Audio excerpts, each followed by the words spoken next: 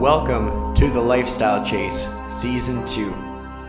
This podcast features high performers who have found a way to live their best life while balancing their health, wellness, friends, and family. I'm your host, Chris Little. Let's get started.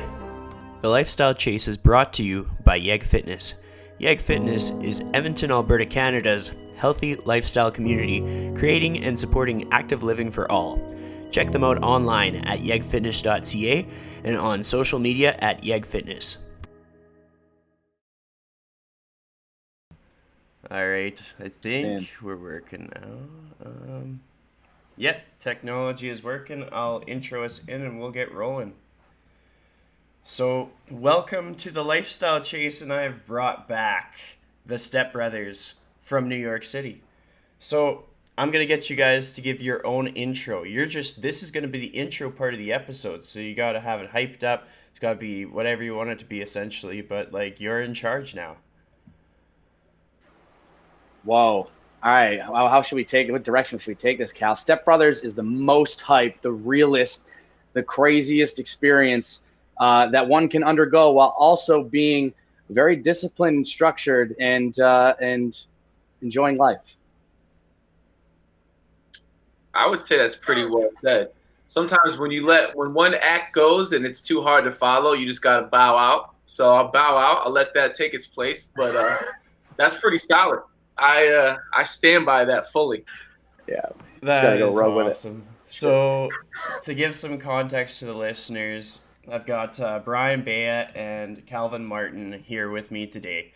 And I've had them both on the Lifestyle Chase before, and so anybody that is new to them, doesn't know who they are, anything like that, you can go dive down the rabbit hole and learn a little bit about their story and hear our discussion. And for context as to timeline, I talked to Bryan just right when COVID was really getting serious, and I talked to Calvin little around a month ago. So it's like not too much time has passed, and we're back at it again to sort of have a bit of a round table discussion here, or just shooting the shit, something casual, fun, and enjoyable.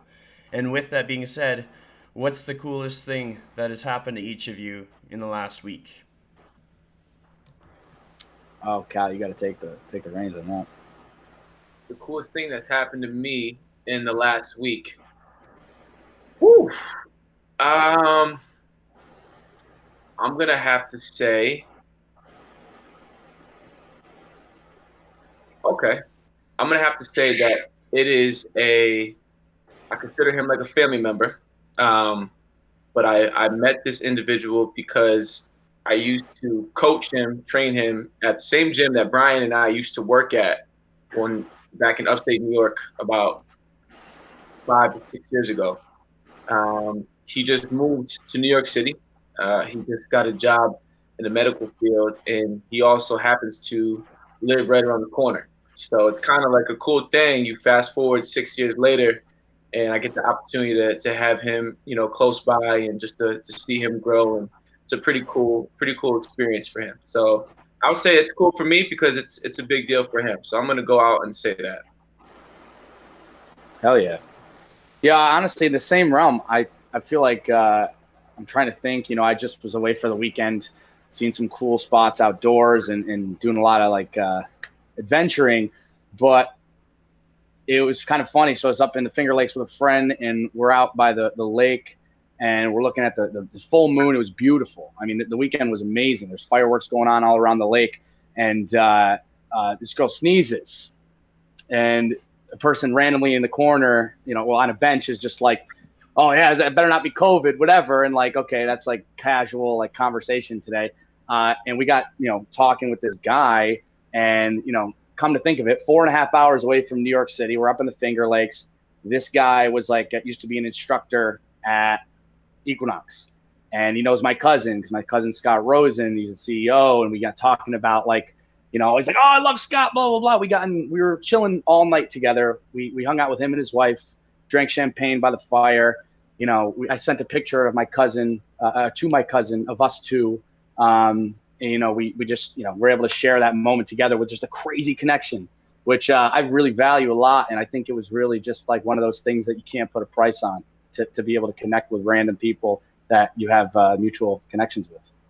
Well, I mean, that's so true. This is essentially a connection of random people to some capacity. I am your random person today. Um, Hell yeah, dude. Right. Something that you got me thinking about, you talked about sneezing and the whole, like, getting a little bit worried about sneezing and coughing in public with COVID-19 and everything going on. I have to say, it's definitely changed the dynamics of my own workouts. Like, here in Edmonton, our gyms are open. We're taking all the precautions, wiping everything down. And, like, I don't want to be caught coughing in any circumstances in the gym. Whereas before, it was like you could do, like, 40 calories on the air bike and you'd probably end up coughing afterwards. Now it's like at all costs. Like, I gotta go down the block, sit in my car and cough. I can't cough in the gym. And it's just because, Take it outside. Yeah, you don't want anybody to catch you, like, with anything that resembles anything that could possibly be dangerous, essentially. Like, there's been so many health releases and stuff, and we can kind of differentiate one with the other. It's like, okay, no, like, that person, they just might have had asthma as a kid or something like that. Like, I think we're good. But it's just everybody is tense, everybody's kind of on edge, especially with everything that, like, social media can do. But we're going to start this off, like, a little bit more positively, because I think social media does a lot of really cool things for us. In regards to your personal development, what has social media done for you that's been really good, like in progressing your career or progressing just like what you deemed to be what you wanted to focus on, essentially? Well, sir, I think it obviously presents a ton of opportunity coming from a person who likes to create videos and likes to create anything.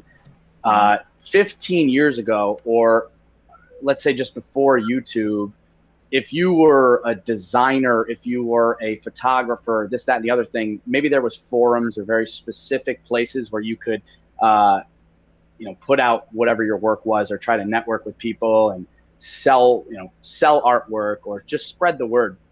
But now it's literally just like, you have the platform to make whatever you want, be as creative as you want, try anything, and influence, somebody with your work almost instantaneously and grow from there. So it's really actually a crazy concept to think about how there's just a platform to where, like, whatever you think or want to make or have the possibility to do is literally right there instantaneously. Yeah. Which is just, it's allowed, I think both of us to just be able to just express ourselves, post it, and obtain some type of, like, forward movement with it. For sure. Yeah, most definitely. I mean, look, the world is big, man, and if you believe in yourself, you feel like you have a personality that obtains to the masses, you can only be in one place at one time. You know what I'm saying? But social media gives you that opportunity to allow yourself to be who you are, express it, and then you're seen by a lot of people. And agree with Bryan, like, social media has been huge for us.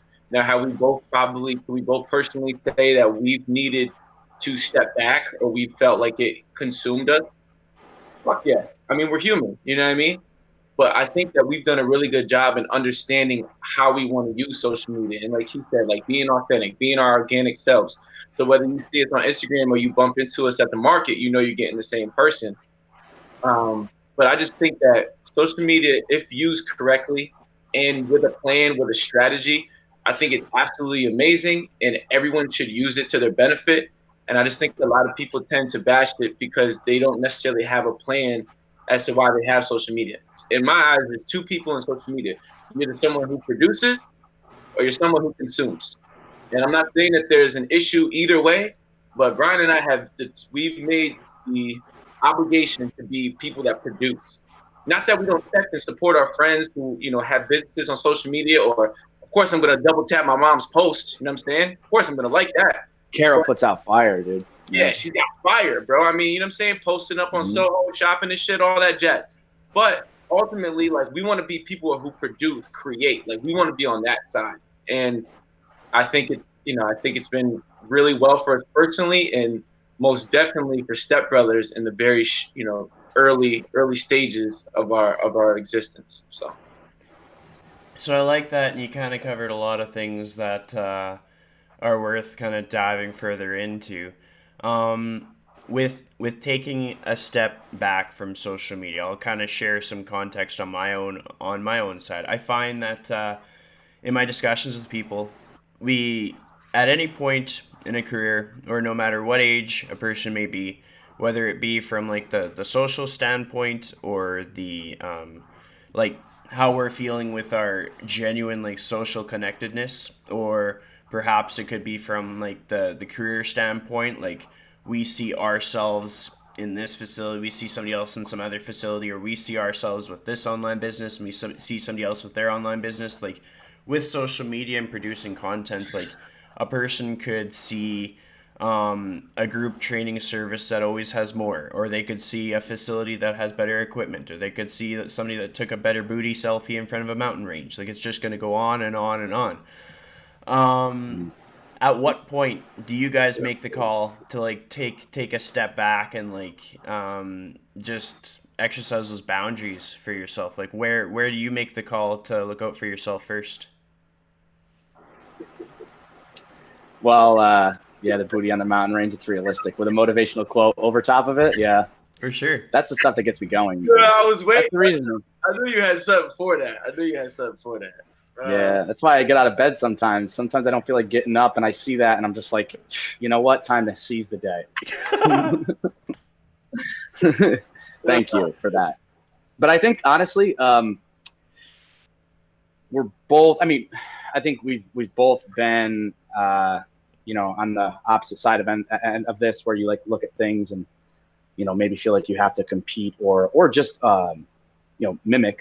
And in some sort, we all do that. You have to, at least nothing's completely original. There's all, versions and mimics of things. But I think personally, I've definitely come to the point where I give no thought to what else is out there, or I'm just going to make what I make because I have a certain style and the way that I like it to feel and, be perceived. So that's what I'm always going to consistently do. Because when you make content over and over and over again, obviously you start to emulate a certain style, and you rely less and less on what else is out there, because we all know that's toxic. We all know that's no way to decide to make moves in your life. So I can't let that. And honestly, it's kind of funny because I had last year, one of my favorite albums, like a recent time came out, Freddie Gibbs and Madlib. And Madlib is a really popular DJ and producer. And they joke about Madlib because he has literally no outside contact. He uses makes all of his beats on an iPad. He doesn't really have the internet, doesn't use much, and doesn't pay attention to really much in modern music culture. And they asked him where do you get your influence, or do you pay attention to anything out there? He's literally just smoking a cigar and just saying I just make what I like. I don't really pay attention to anyone else. And that honestly to me was just more of an indicator that I needed to just be more like that. Definitely. That was awesome. So, yeah. How about you, Calvin? Similar. I think as far as looking at other people's stuff, you can be inspired by other people's things, I think, for sure. But to start making that comparison or competing, that'll just drive you crazy. So, and I think I've been there without a doubt. I've been there before, not recently, but maybe dating years back, I would start to look at other coaches or start to question my style because I felt like it wasn't going in the right direction. When truthfully, and Baia and I talked about this before when it comes to our content, and Tim Ferriss talks about this. He says, first, when you post things, it shouldn't be for vanity metrics. You should be posting things because it's true to you and it's true to how you want to be perceived and what you want people to see. And then you'll have your 10% of people who will love it. You know what I'm saying? He talks about make stuff people will love instead of having a masses of what people will just like. So making true shit is one thing. Being able to support your friends and not make comparisons to compete is another thing. And I would just say overall, that's just generally how I would go about it for social. Like we all need breaks, and I think it's imperative to take those breaks. But if you just stay true to the shit that you want to make, and you just stay true to who you are, then like social media really isn't all that complicated. You know what I mean? I really don't think it needs to be such a stressor to people if they're just being original. I don't got all the answers, but fuck it, that's how I feel. You know what I mean? So Yeah, absolutely. I think you answered that pretty good. And I mean, I think about like the dynamics of 2020, and like a lot of people are like, oh, the new normal, or they're saying unprecedented times. Like there's all these buzzwords. It's like, oh, the situation is fluid, or we don't know what's gonna happen. And like I've seen you guys training people off of roofs. I would have never That wouldn't have crossed my mind. Like there's some roofs in Edmonton. It's not nearly the same. Like I went to New York once when I was, I think, like You guys don't have 14. roofs out there? No, we have roofs, man. We have roofs next to our igloos. Above my head is just the sky. I don't even have my ceiling's not there. ladder, pull your kettlebells up there, you'll be all right. Yeah. No, it's just with the density of the population in New York, the odds of trainers pivoting with the dynamics of their living situation are much higher. Like in Edmonton, the odds of us pivoting with the dynamics of our extensive park network are much higher. So like, I mean, not that New York doesn't have an extensive park network. They have a lot of park area. But with Edmonton, it's just like my first thought would be, like, okay, we got hills. We got this big grassy field. I'm going to use the hills and the big grassy field. If I right now, I live in a condo where, I wouldn't be messing around on that roof.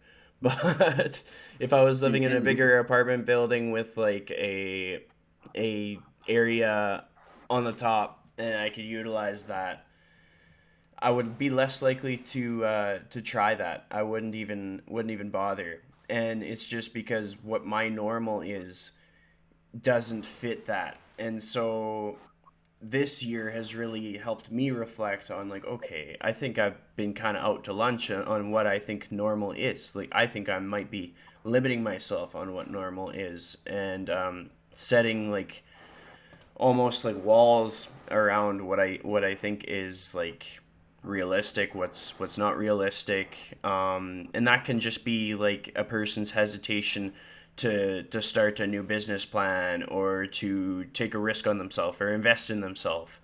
I'm gonna segue this tangent into your guys' process with Stepbrothers. I mean, there's been a lot of different things that you've had to do to make it happen, and I can imagine it hasn't been all that easy. I've seen you guys lugging equipment around. But now that you've kind of got the wheel rolling, like when I talked to Bryan the first time, he kind of like gave a little bit of a teaser about it. And when I talked to Calvin, it was going. But now it's like you got your feet wet, you're doing things. From my perspective, I would say it's looking pretty solid. What's your journey like been with this? I'm going to start with Calvin. I'm going to switch this up. Calvin, you go first. Oh, so the journey's been similar to, I think, what any startup, if you will, is like. It's a lot of hard work, but I think what we've realized and what we've learned from other people, friends of ours, mentors who have started things up, went through the process, became successful. I think we're staying like right within the moment, and you hear that phrase a lot.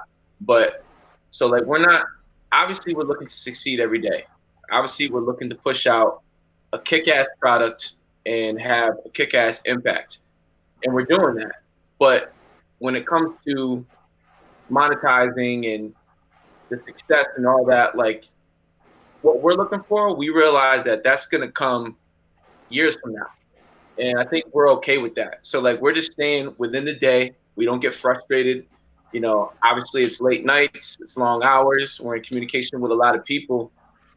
But I just think I'm really proud of us holding one another accountable with this. And I'm really proud of us just like having fun with the small steps. Like, you know, we don't have our own facility just yet. Like, we don't have a product that's known across the entire world just yet. But like, we're doing pretty damn good, and we're doing really well, and like we're impacting a lot of people within a 2-month frame.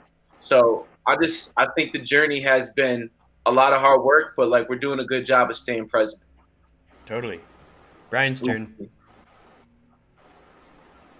Yeah, for sure. I mean, it's literally it's just that, and especially talking about the amount of work and I guess the work versus the return, or the investment versus the return.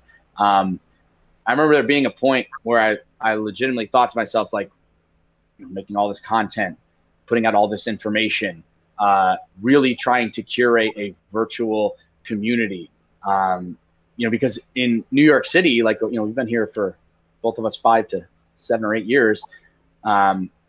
We've really curated a nice community in New York City, and it feels great. It feels great to be able to have trainers that clients that and anyone in between that like you can rely on, and they rely on you, and it's just very like just a cohesive environment. Now be able to really do that online, which is obviously more like a one-to-many. You can reach so many more people at once.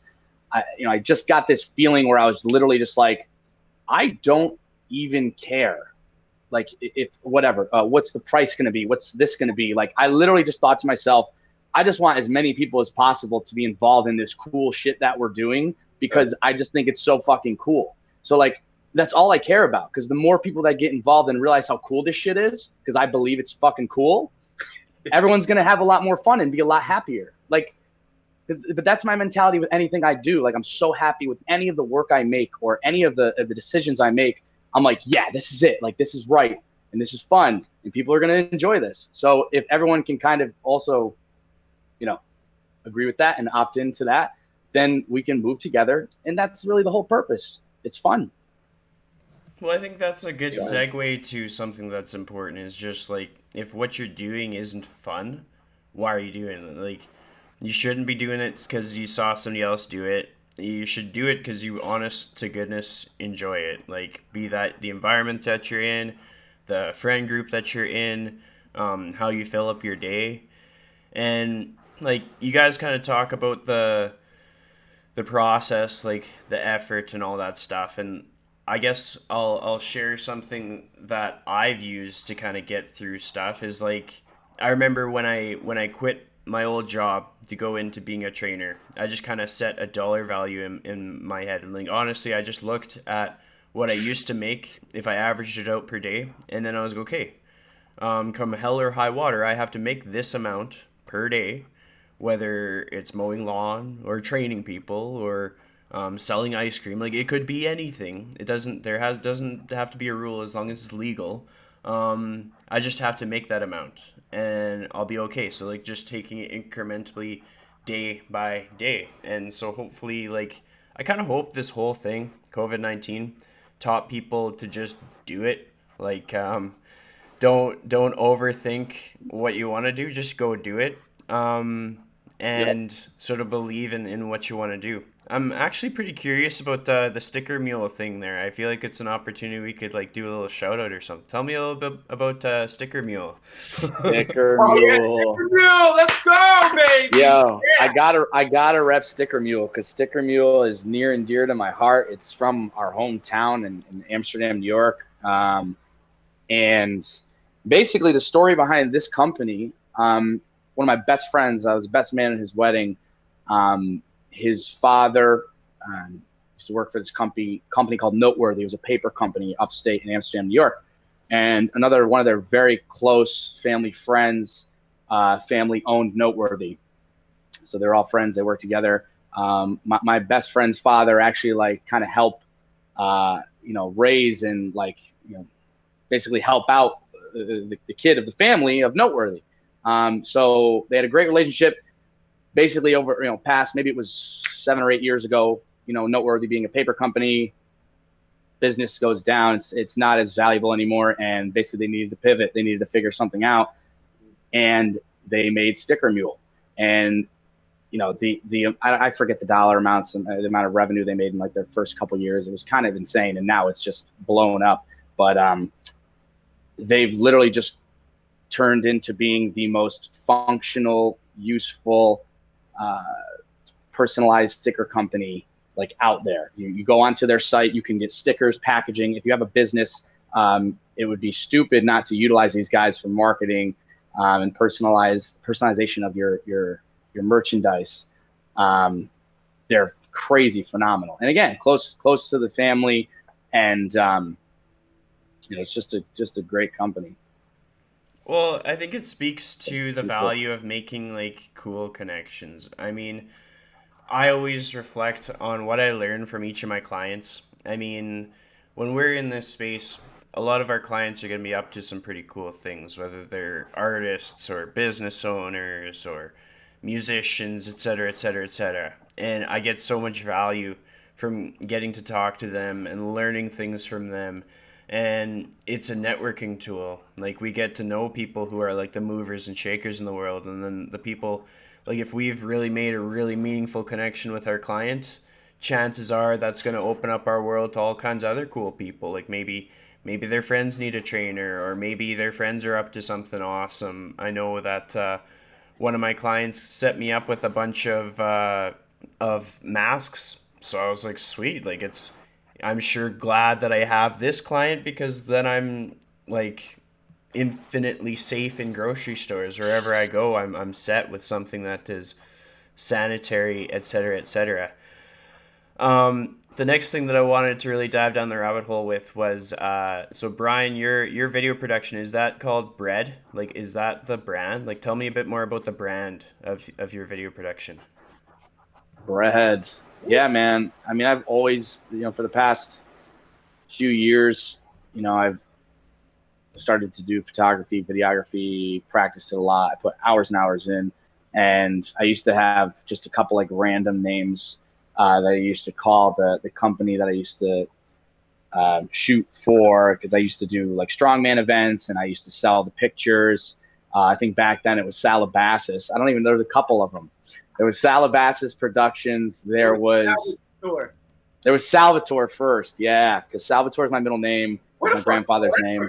All right. Yeah. Salvatore is my middle name. It's my grandfather's name, and that was like my shooting name. And it's weird because it's like I feel like I have a lot of talents.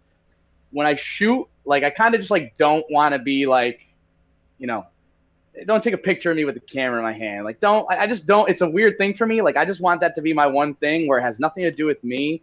It's just like the work, and it's just like it's just really fun. It's like an experience for me. And Bread, the most recent endeavor, is like this is now like the real product. It's client work. If you need photos, if you need hype reel, if you need any type of advertisement for video, I can curate that. Usually if you're in the New York City region, because I've just taken so much time to learn the craft, and I've gotten really good at it, and now I can really make good quality, good work. And that's where the skill comes into play for having a virtual program now and having a virtual platform. Well, that's awesome. I mean, with honing your craft, has it all been self-taught, or has there been anybody that you followed, anything like that? Yeah, it's all been self-taught, ever since, I picked up a guitar when I was 14. That was self-taught. I learned it by ear.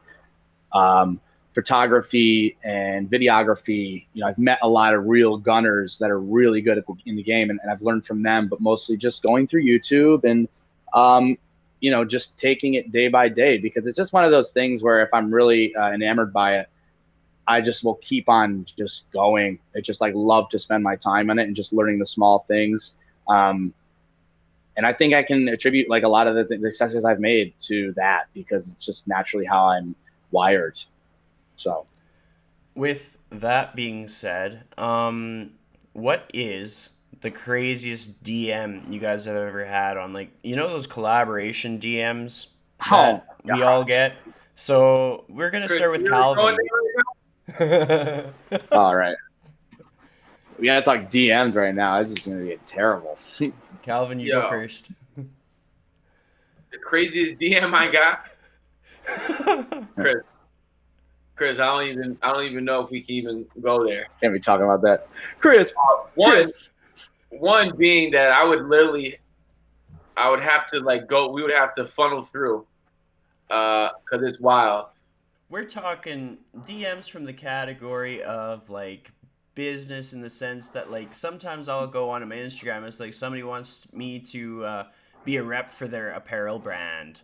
Right. They want me to help their supplement category or whatever. And like it's like a gamer roulette. Like you never know what's going to be next. Whether it's somebody that thinks your booty picture in front of the mountains was sexy, or if it's somebody that liked the way you did that bicep curl. And then sometimes it's just from a straight up, they're just trying to fish for more ambassadors and stuff. But every so often, there is opportunity. Like you, Bryan, you're talking about your video production. And I know a lot of people in Edmonton that do video production, and most of their business is built off of social media.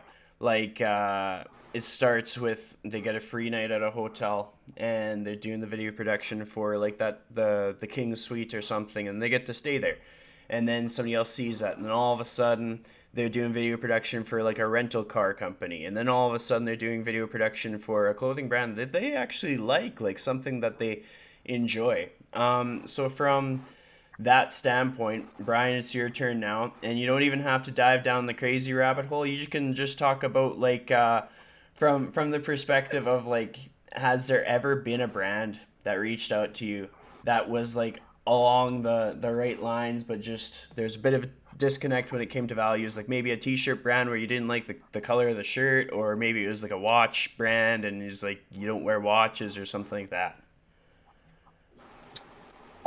Yeah, okay. I guess I could have a couple of those because I've gotten a few recently.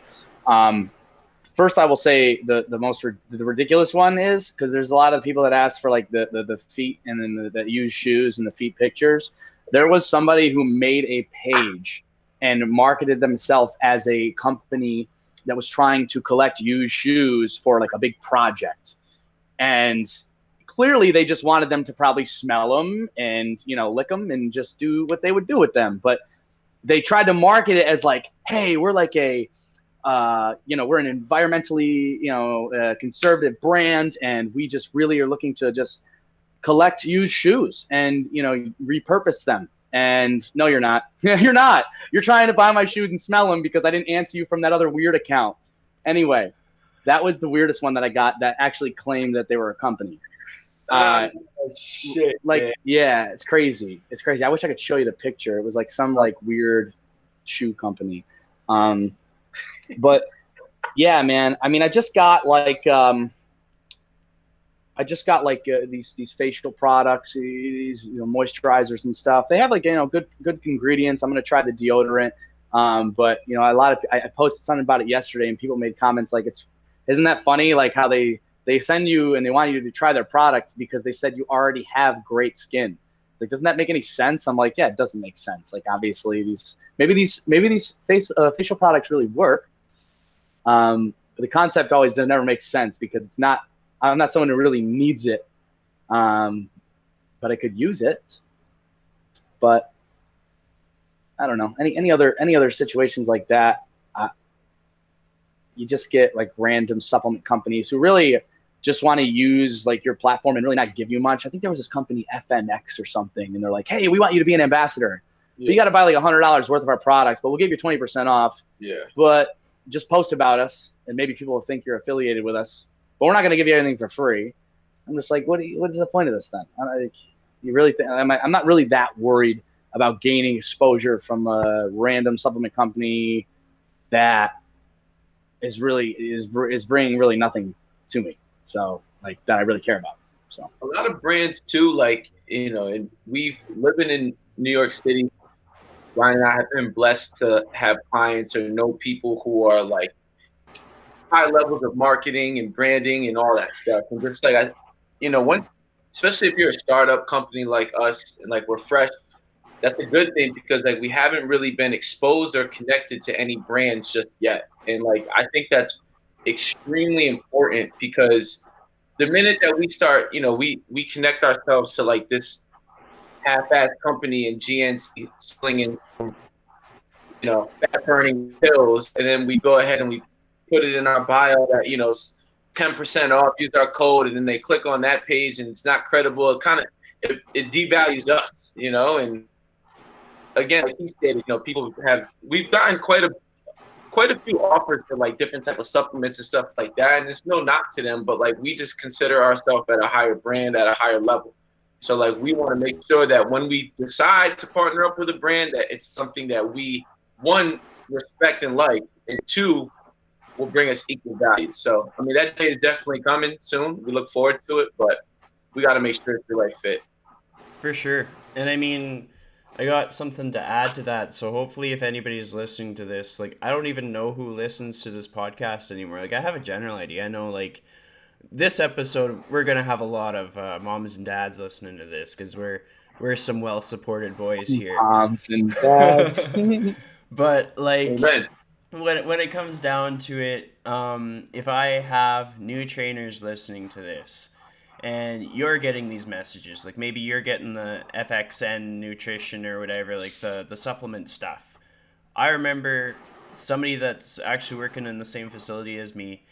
He actually went on a rant on Facebook something like 4 or 5 years ago, and it was just like, if somebody's gonna offer you like a coupon code, and maybe they give you like one tub of supplements per month, but you have to do like 3 posts a week in order to like as a sponsored athlete, etc., etc. Like you have to really look at your value. So let's say that you were reached out to by a protein brand that you really liked, and so you use that protein, everything like that, and their requirement of you was you had to put like their brand info in your bio, and you had to promote them 2 or 3 times a week, and in return they would give you a free tub of protein every month. And a lot of people, they might go through more than that tub of protein in that month, and they're trading off like basically everything that they are in return for something that isn't even fulfilling. And so the argument, or the point that this trainer friend of mine made was like, honestly, if you're going to partner with a brand, like they got to support you like beyond your means, sort of thing. So like if a protein brand really wants you to represent them, they should be giving you free product and paying you. Like they should be paying your bills, like not all of them, but at least like showing you your value. So yeah, like hold out on partnerships until they can demonstrate their worth, and make sure that if it's like free stuff, that it's enough free stuff to cover what you need. It's kind of like when they give you like the free bread when you go out for dinner, and it's like, well, there's no way this is not going to be enough bread. I really like bread.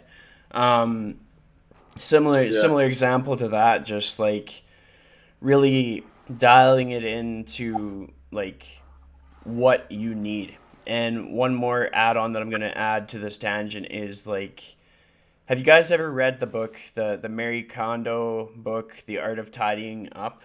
Or have you heard of her? I think she's on Netflix or something. Nothing. Crickets. All right. No. So let me educate you a little bit about this lady who's I'm more really of a Shel cleaning. Silverstein guy. Well, that's totally different. But so I'm really horrible at cleaning, and so I was walking through a bookstore, and I found this book, and it's like The Art of Tidying Things Up, and I was like, well, that looks interesting. And then I found out she also has like a Netflix series, and I think like her name is Marie Kondo or Mary Kondo, and so she's very popular in Japan for her skills at sort of being a consultant for people and helping minimize the extra stuff in their life. And something really cool that she made a point of was like, let's say you got like a laundry room closet or something, and you're storing a whole bunch of stuff in there. Even though it's like out of your functional space, like you don't ever have to walk through that laundry room closet. It's not in your way. Like she made the point that you have to look at the things in your life as almost like something that you're paying rent for. And so if you have a square footage in your home and a certain square footage is occupied by things that you haven't done anything with in 2 years, like I know for myself, I've got like some spare lumber in my condo and just like spare wood and stuff, just like for odd tasks. But if I haven't done anything with that in the last like 5 years, what value is it to me? Because it's kind of like the energy or like the bandwidth that you have, even in your environment, like your home, you can either make it like very uplifting, or you can kind of make it very like almost toxic in a way. Like if your space is taken up by things that do not serve you, that is a detriment to your progress going forward. So it was really eye opening for me because I didn't think twice. I was like, well, like everything looks clean, but then inside like that storage closet is stuff that I don't have any purpose for. And so I thought that was kind of cool. Just like we can, as much as we're each focused on each of our projects that we do, and we're each pivoting and we're each trying to find new things and find that balance in life, there's little tiny things that we can work on that can make like the big things easier. And that can come down to like what's in our space, like what we let occupy ourselves. And sometimes it's just a matter of like, I mean, in the last year I haven't accumulated more goods per se. Like I live a pretty just like standard life of like, if I'm hungry I go get food, if my shirt's torn I go replace it. But I've thrown out or donated or recycled all kinds of stuff because I realized like my happiness and my success is not necessarily limited to the things that I have in storage or the things that I have ready to go. It's more so the things that I am using in the here and now, and the things that I truly look at and deem valuable. With that being said, have you guys ever had similar experiences where you realized like something that you thought was valuable really wasn't that valuable, and you kind of made a pivot from there? Bryan, you want to go? Yeah, for sure. And I think I love everything you're saying because I think it was last year or something that James Clear. No, it was before that. But Atomic Habits by James Clear is an extremely useful book that I was introduced to a lot of our circle, and his podcast, everything really started to change the way I think a lot of people started to view their daily structure and their how they measured progress, which is one of the big things that we implement in our extended family program. Because, whether you love to work out, you know how to work out, do that, and the other thing, the little things in between, or the little things that keep you going as a machine, as a person, like you got to have that machine well oiled. And I think like simple things like that I remember I used to do in my old apartment, like I'm on a couch right now, this couch that used to be in my old apartment. If I would work on that couch, I would have a higher chance of slouching, getting like lackadaisical, and losing interest in what I was doing.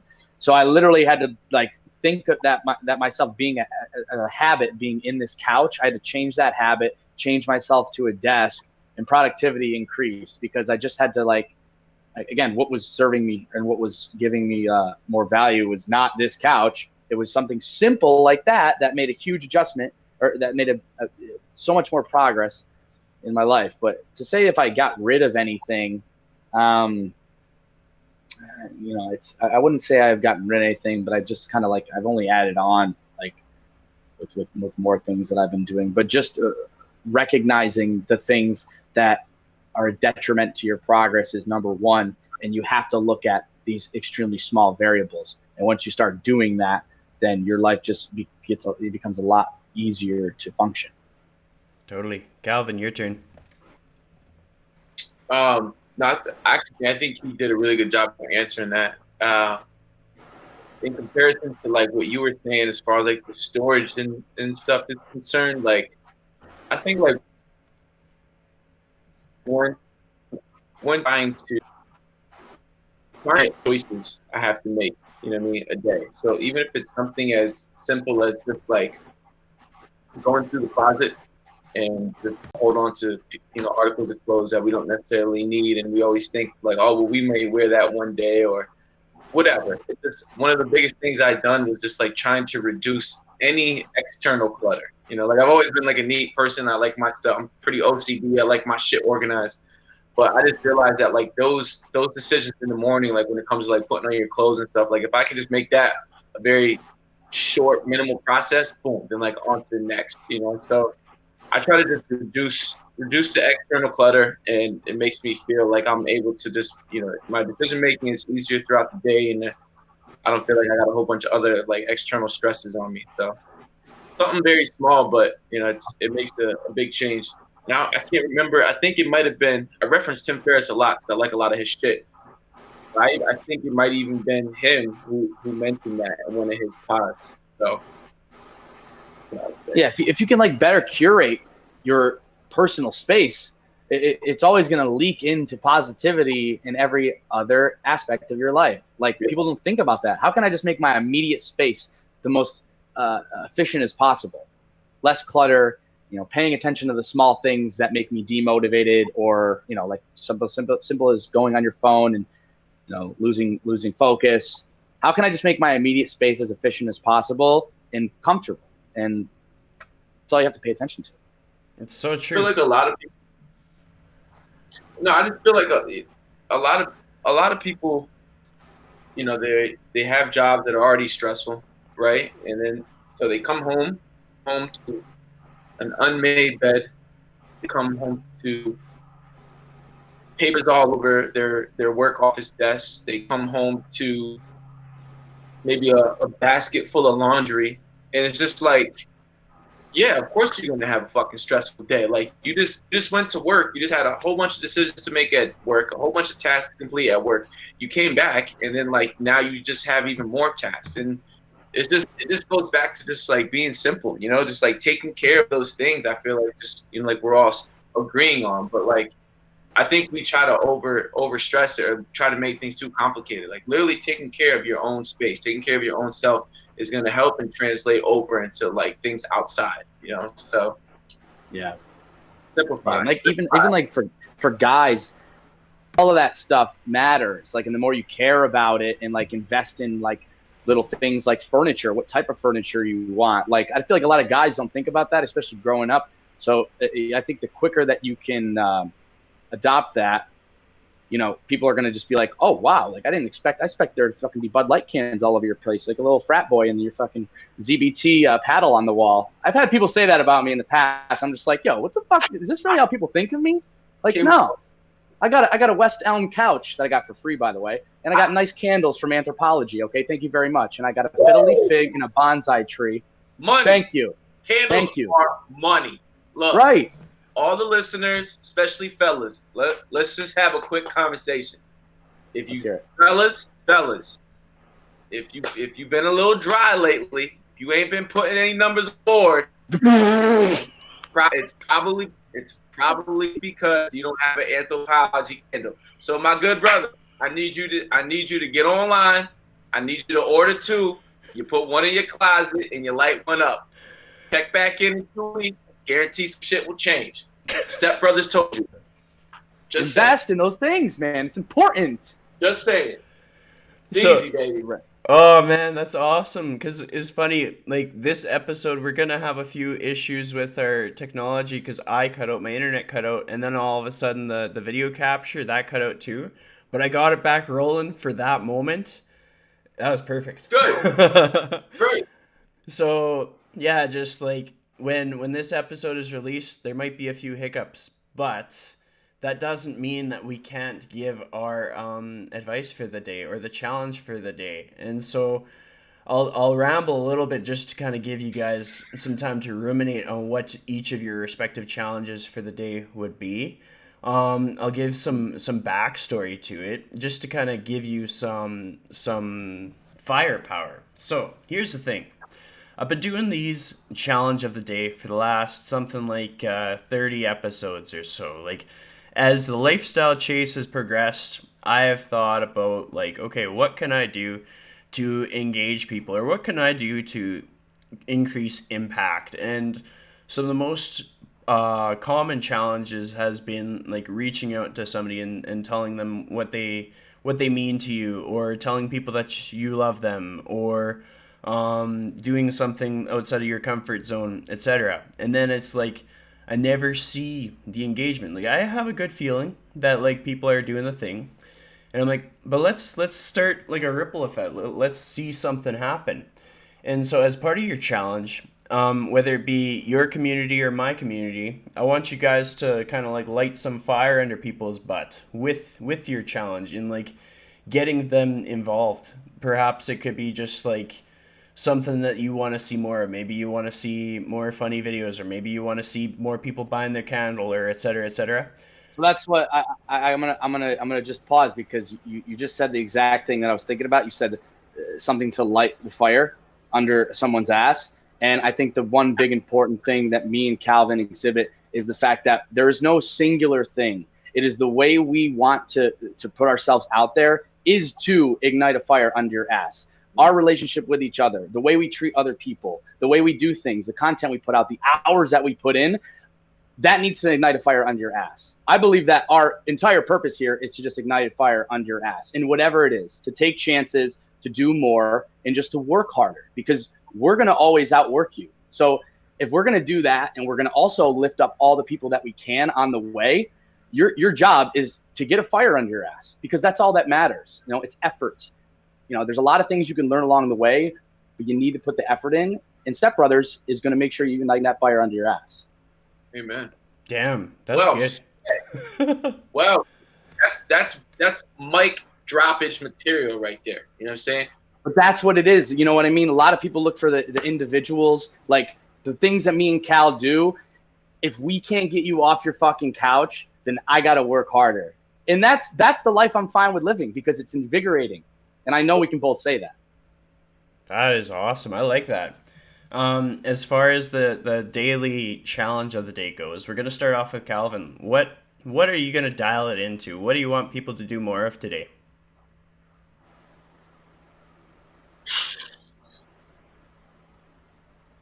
I want you to take the ideas that are in your notebook or in your sketch pad or on a sticky note or whatever that you've been looking at for the last 6 months, the last year, that you have conversations about with your parents, that you talk to your friends about when you're drunk, and they'll say like, okay, yeah, we're going to finally do it.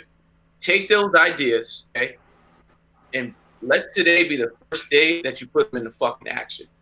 Like literally put them into fucking action. Doesn't mean that needs to be solved by today. But if you told your best friend that you wanted to start that ice cream business, your best friend said that they were down. Okay, enough of just the talks on Friday nights when we get hammered and we talk about it and there's no fucking action. Okay, no, today is the day. Like, hey, Jess, remember this? Like, what time you get off of work? 5. Great. I'll be over at 5:30. I'm gonna bring my notebook. This is how we're gonna do. Because this is exactly what Stepbrothers was.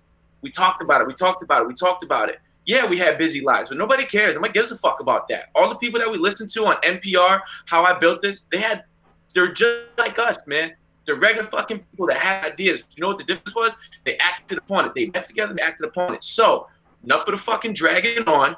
Call your friend that you made that idea with. Sit down today and stop making fucking excuses and just get it done. Start laying those bricks down, because if you do it today, that means you'll do it tomorrow, and then you'll do it the next day, and then you guys will look back a year from now, and you'll have some shit started, and then you'll be chest deep. So you got to keep going, and then you'll start seeing the flower blossom. So take the idea, put it on paper, start the action. That's my thing. Love it, Bryan. Your turn. Love it. I mean, we're saying it right now. In regards to Calvin's mentions on action, I just want to highlight the differences in motion versus action. This is extremely important. So if you're someone who is able to exhibit motion, which is very different from action, especially with social media, motion, it's very easy to like look like you're doing the right thing or say that things are cool, counting your chickens before they hatch. But action is actually carrying out the plan. Work for 4 weeks for free. Train somebody for free. Do as much as you possibly can to get results in people. If you're a trainer or in your business, get a ton of free clients and do the work and start the action so you can start to build something for yourself and build some credibility.